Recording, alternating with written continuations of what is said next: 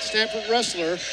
He's got to keep this within a regular decision to give them a chance to win. If he just loses by decision, this could come down to criteria on who wins the duel, because it would be tied. But he's got a big test versus Yonger Bastida, the #1 guy in the nation. This guy should be the favorite to win a national title this year. He's a monster.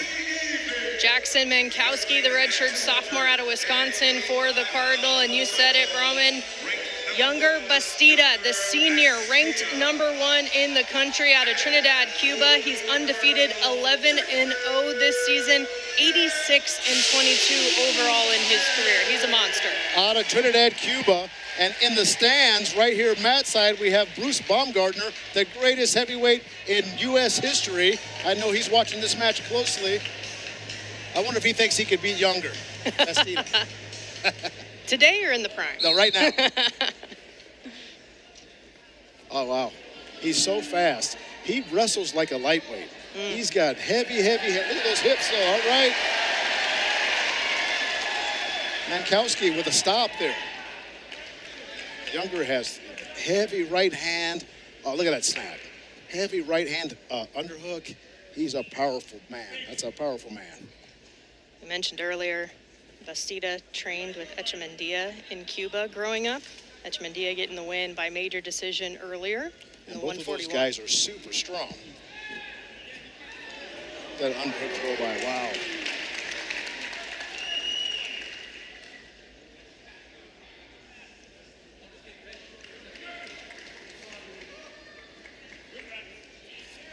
Younger's got shots, he's got throw-bys, he's got front headlocks, he's got collar tie snaps.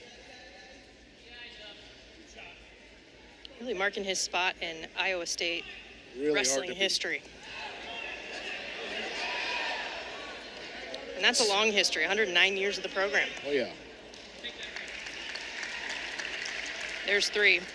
I seen Baumgartner sit up in his seat. He's locked in. Yeah, he is. 8 team national championships in history for Iowa State. Last one was in 1987. Woo! Wow. Well, you got to remember, the great Dan Gable wrestled for Iowa State. The great Cale Sanderson wrestled for Iowa State. Bobby Douglas coached at Iowa State. Dan Gable has some awards named after him. Kind of a big deal. One of the Olympic gold medalists in Iowa State's history as well. Oh, just gave that up. Another 3.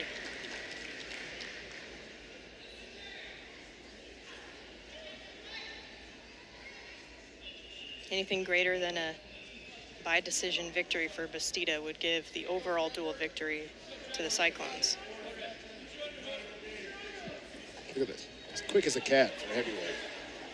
Look at that. Drive through the position.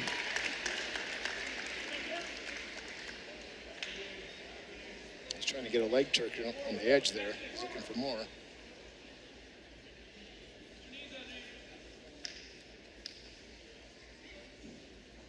Mankowski, 1-5 on the season, so this is about the hardest assignment you could have. #1 rank, intermat flow. Look at that. Level change to an underhook to a body lock. Checks out the scoreboard. He's looking for a tech fall or a pin. Sitting at 15-14. Still just in the first period, 10 seconds.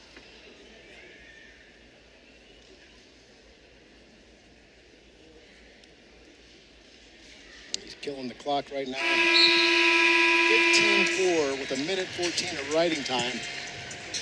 A lot of action for Yonger Bastida with that 15-4 lead. That was 1 period. Just 1 period. 3 minutes.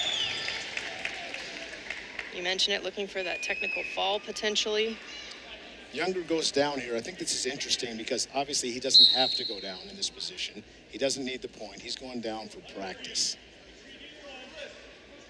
So he can practice getting away. Takedown wins it. Look at that level change and snap. Wow, too easy. He is good. There's 3 more. Baumgartner gave the golf clap to that. Give him a golf clap. With the riding time That's a technical fall for Yonger Bastida. He's now 12-0 on the season, gets the victory over Jackson Mankowski. And with that, Iowa State getting the W overall in this duel on the road, 20-18 over the Stanford Cardinal. They had a lot of changes in their lineup, but they fought through every single match today to get that W.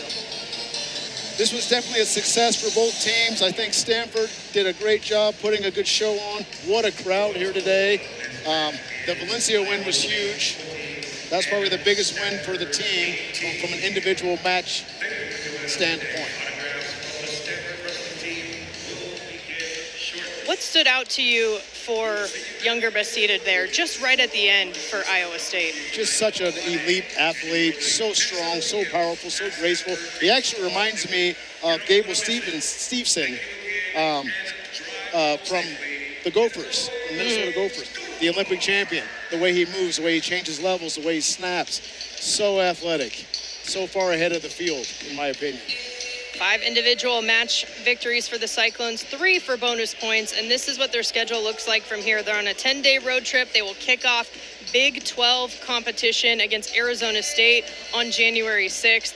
It doesn't get that much easier from there. North Dakota State coming up after that, and then they'll finally head home for the Cyclone Open. They really should be favorites in all of these duels going forward. So they should finish the season without another loss. Probably a lot of champions in the North Dakota State or in the Cyclone Open. Usually they set those things up so they have good matches. So they're nice and healthy going into the postseason. This team is going to be one to reckon with in the postseason, talking about the Cyclones.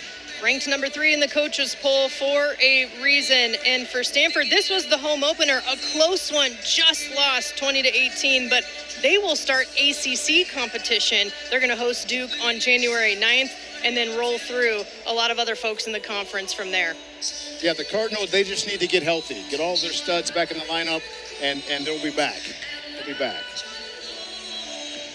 Well, this one didn't disappoint. A top 25 matchup here in Maples Pavilion. Again, Iowa State, the number 3 team, getting the victory 20-18 over number 24, Stanford. Thank you all for joining us. On behalf of our entire crew, my partner, Brahman Creighton, I'm Jenna Becerra saying so long from Stanford. Check back as the Duke Blue Devils come to visit the farm on January 9th, and we'll continue this fantastic wrestling season. Thanks, everyone.